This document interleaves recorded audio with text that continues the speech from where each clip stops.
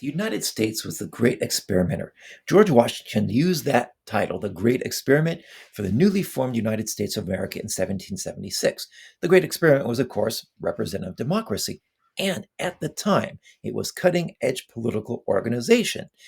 And over time, it changed the world. But over time, a better system developed social democracy. In 1945, the United States did another great experiment, the Bretton Woods Agreement, free trade among all nations to bind them together and avoid World War III. And the US dollar is the world's currency to ensure American global power across the globe. And it worked. 1945 to 2025 was the most peaceful era in all of human history. But there's a better system. Trump has shown that centralized power, American power, can be brought to its knees by a single incompetent leader.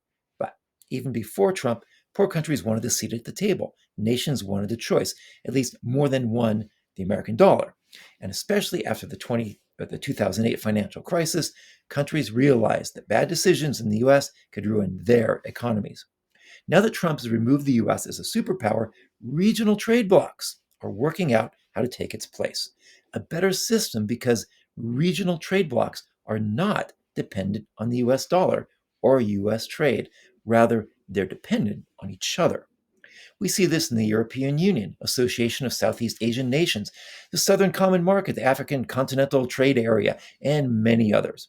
It's the end of American power, and that means these regional blocs will have to become stronger, more cohesive, tighter knit, and this will keep the peace better than Bretton Woods Agreement did.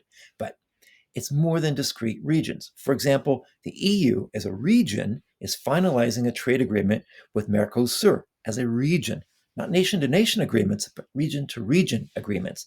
And this is the next great experiment. But it's not an American experiment, it's an everyone experiment. And it's a better system because it's not dependent on a single nation or a single currency. One incompetent leader will not be able to collapse the global economy and its prosperity on a larger scale because each region can create its own prosperity rather than being bound to a superpower. Regions can choose the best course for themselves, not the course imposed on them. It's the drawing of a new age, and it's going to be better than ever.